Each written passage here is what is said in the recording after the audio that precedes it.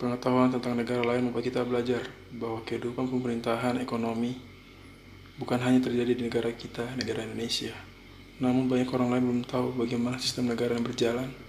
Oleh sebab itu, kami mahasiswa administrasi publik ingin melakukan perbandingan administrasi pada beberapa negara yang kami akan analisa sebagai comparative public administration.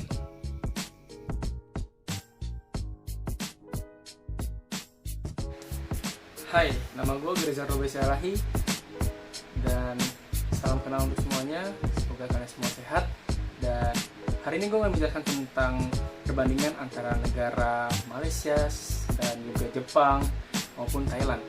Dan gue akan memperkenalkan diri dulu bersama teman-teman gue di sini. Ada beberapa berikutnya yang akan mereka sebutkan nama mereka masing-masing.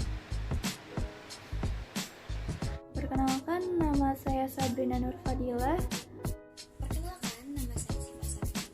Nama saya Arya Prasetya Vidya Mas Adinda. Nama saya Putia Zara. Dian Effendi dari kelompok 1. Di sini saya akan menjelaskan tentang profil singkat dari negara Jepang.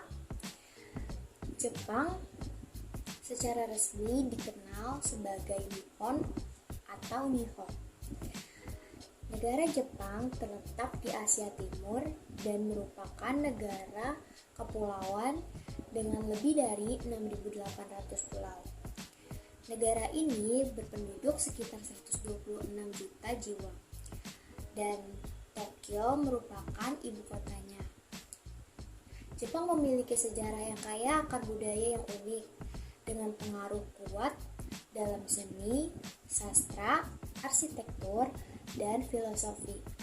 Jepang juga terkenal dengan inovasinya, yaitu ada teknologi, industri otomotif, elektronik, dan robotika.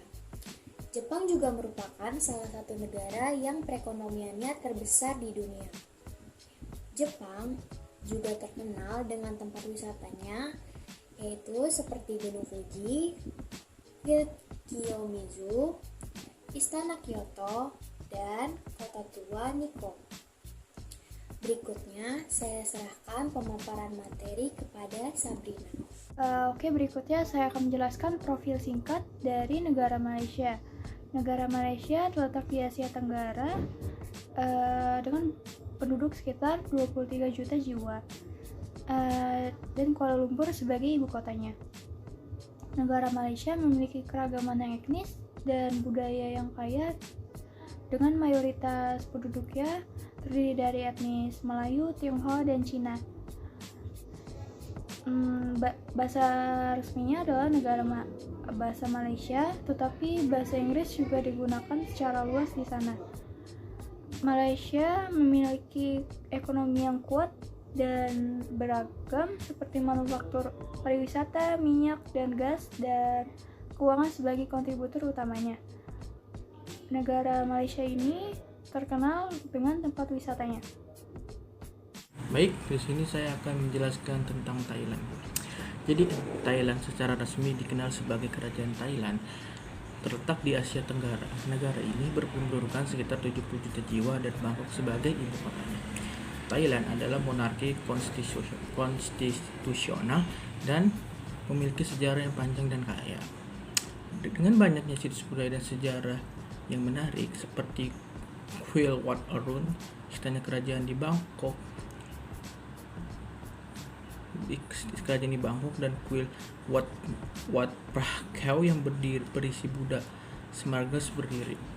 Thailand dikenal dengan pantainya yang indah seperti Phuket dan Koh Samui, serta atraksi budaya yang seperti pasar terapung di Sungai Damon, Sarawak, dan festival sangkruan yang semarak.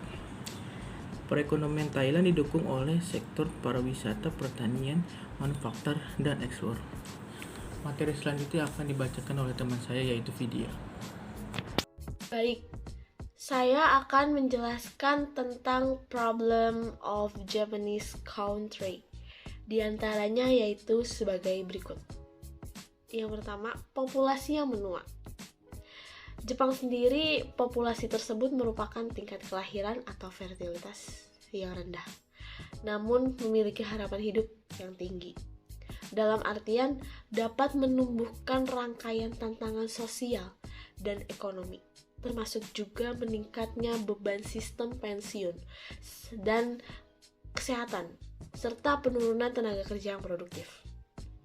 Yang kedua, ekonomi yang lambat. Di Jepang sedang mengalami ekonomi yang lambat dalam beberapa tahun terakhir, dikarenakan oleh faktor dengan penyebab antara lain deflasi, hutang publik yang tinggi, dan kurangnya inovasi ekonomi. Problem yang ketiga, masalah tenaga kerja. Di Jepang juga mengalami hambatan di dalam beberapa sektor, terutama di bidang perawatan lansia dan manufaktur. Kurangan tersebut dapat mendorong negara untuk mencari solusi seperti migrasi pekerja dari luar negeri. Berikutnya, saya serahkan pemaparan materi selanjutnya, yaitu Problem of Malaysia Country. Sekian, terima kasih. Saya akan membaca dengan masalah yang ada di negara Thailand. Satu, keterangan politik. Thailand telah mengalami keterangan politik yang berkepanjangan, termasuk kerusuhan massal dan pergantian pemerintahan. 2. Konflik etnis dan agama.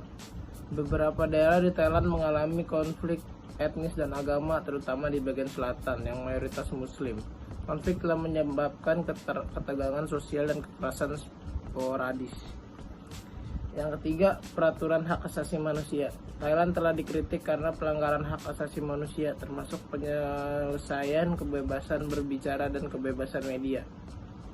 Terima kasih. Oke, baik. Jika teman-teman gue sudah menjelaskan beberapa tentang negara Jepang, negara Malaysia, dan negara Thailand, berikutnya gue akan menjelaskan tentang MSSD dan juga MDSD. MDSD adalah Most Different System Design yang digunakan untuk melihat perbedaan antara negara satu, negara kedua, dan negara ketiga. MDSD juga kita akan melihat dari perbedaan maupun sistem pemerintahan, ya, struktur ekonomi maupun outcome explained seperti apa dalam implementasi kepada setiap kebijakan yang diberikan oleh negara. Kemudian ada MSSD. MSSD ini adalah suatu variabel yang bisa kita temukan untuk lihat persamaannya. Misalkan negara ini sama negara B, apakah ada kesamaan? Jika tidak, maka itu sebagai perbedaannya. Oleh sebab itu kita akan melakukan kupas langsung melihat bagaimana ketiga negara ini baca. Jadi gue akan baca beberapa tabel yang gue sudah melakukan analisa dari MDSD dan juga MSSD. Yang pertama sih gue rangkum dari MSSD dulu, karena MSSD ini liputi dari fitur, explanation maupun outcome to be explained yang menjadi dasar untuk melihat perbedaannya maupun persamaan tersebut. Dan di sini ada fitur. Yang pertama itu dia menjelaskan bahwa struktur ekonominya sama, ketiga negara ini sama, dan juga dalam explanation-nya mereka menggunakan manajemen orientasi dengan strategi jangka panjang. Jadi ketiga negara ini juga melakukan jangka panjang dan juga melakukan dengan orientasi dan desentralisasi. Maupun juga dalam Jepang, mereka ini menggunakan orientasi kualitas serta efisiensi produk. Kemudian juga ada outcome to be explained yang mereka menggunakan suatu struktur ekonomi. Nah, kita lihat nih seperti dari sektor manufaktur, ekspor minyak, industri, dan pariwisata. Itu dalam Malaysia. Dan jika kita lihat dari negara Thailand ini menggunakan sistem ekonomi dengan mengandalkan sektor pertanian, manufaktur, pariwisata, maupun juga sebagai kontributor utama dalam ekspor impor. Kemudian juga ada negara Jepang. Negara Jepang ini sangat terkenal ya karena mereka menggunakan pintaran mereka untuk membuat mesin. Dari dulu kita tahu bahwa mereka membuat motor-motor yang cukup bagus. Seperti saya juga menggunakan motor dari buatan Jepang, yaitu Honda.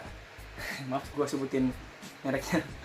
Setelah itu kita melihat dari MDSD. Berikutnya MDSD, karena MDSD ini menjadi salah satu quote kita dalam melihat perbedaannya. Dalam perbedaan ini kita melihat bahwa ada perbedaan dari struktur ekonomi juga, karena kita lihat bahwa struktur ekonomi juga ada yang berbeda, karena nggak mungkin semua sama ya. Kita lihat dari negara satu dengan negara kedua, misalkan negara kita sendiri deh, memang kita sama dengan negara Malaysia dalam struktur ekonominya. Dan kemudian ada explanation ini ya sama juga, karena mereka mengandalkan sektor swasta dan intervensi pemerintahan, sedangkan Thailand menggunakan sektor campuran swasta yang kuat, mungkin antara negeri dan juga swasta ya. Kemudian ada Jepang ini menggunakan manajemen dengan campuran juga, sama sih sebenarnya. Jadi ada perbedaan namun ada persamaannya seperti itu dalam perbedaannya. Dan kemudian ada outcome to be explained yang kita akan sebutkan lagi, karena emang kita melakukan pengujian dari 3 hal tersebut, dan kita tahu bahwa dalam outcome to be explained-nya ada hasil dari tersebut. Mereka melakukan ekonomi policy, dan juga Thailand menggunakan manufaktur yang berkembang, seperti ada sektor manufaktur, saya nggak tahu apa karena saya lupa. Dan ada juga perusahaan dari Jepang, mereka menggunakan perusahaan konglomerat atau disebut dengan kairetsu.